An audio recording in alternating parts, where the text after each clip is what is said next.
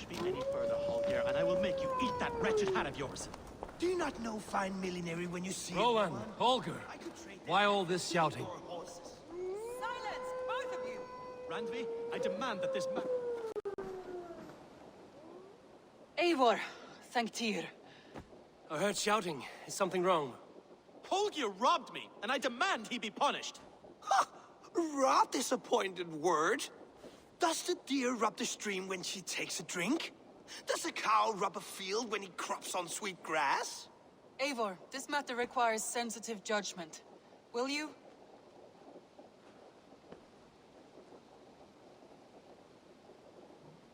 Of course. From the beginning, please. Well now, there is no excuse too small, I see. Nothing to keep you from coveting that seat, is there? In Sigurd's absence, who has better claim to oversee these disputes? You might leave them to work it out for themselves, but that would mean letting go, would it not?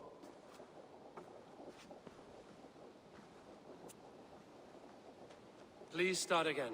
Tell me all that has happened. I will start. I have been falsely accused by this Saxon Philistine. A filly what? Are you mocking me? Silence, please. I will hear both of your complaints and render a decision, awarding compensation if needed. Understood? Rowan, tell me your version of these events. As you are aware, Holger and I are neighbors. Near enough that I often catch him at my stables, stealing my tools. Borrowing. Holger, let him speak. Stealing, borrowing. My point being, I have always allowed him to use whatever he pleased. I greatly admire your Norse generosity and had hoped to match it. But this morning, Holger stretched the limits of my grace.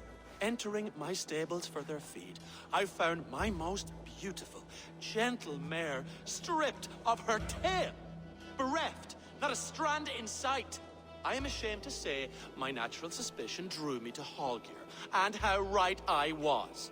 For when I peered across the lane, there he was, gripping a horsetail brush slathered with indigo, dragging it across a sheet of... Painting, Rowan. I was painting. You make it sound so crude. You see? Such willful arrogance. It will take ages for Ilgafur's tail to reach its former length.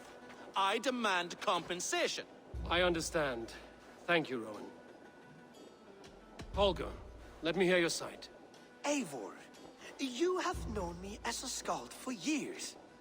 You have seen how my poems bring life and joy and wisdom to our people. And you know that my work requires a certain, let us say, freedom.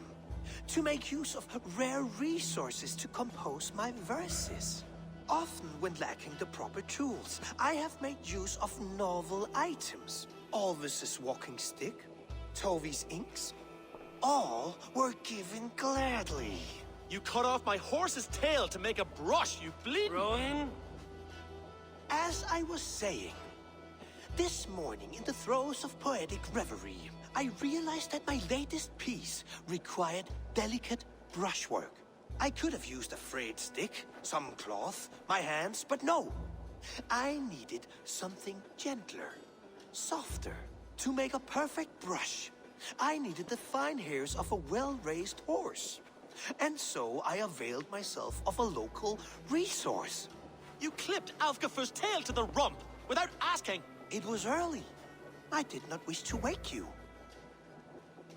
Thank you, Holger. I believe I understand your position. I believe I have heard enough. If you will... My horse looks like a fool, Eivor.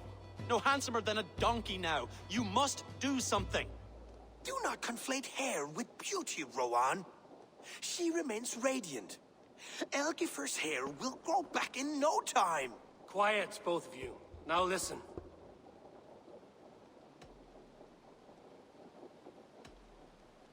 Holger, Rowan is clearly in the right. You sheared the tail from his horse without gaining permission. I borrowed the tail. Borrowed! Does the reality of regrowth not make this a victimless crime? It is a two-victim crime, Holger. Though they are unharmed, you took without asking, and that will not do. As the horse's value has diminished significantly, you will pay Rowan its market price. But The horse was not for sale. Rowan, admit it. My decision is final, Holger.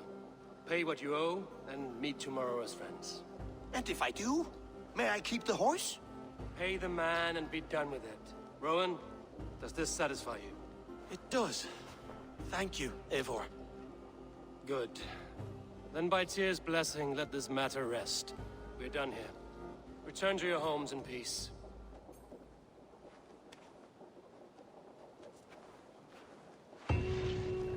Would you allow me to pay you with a vibrant painting, after all?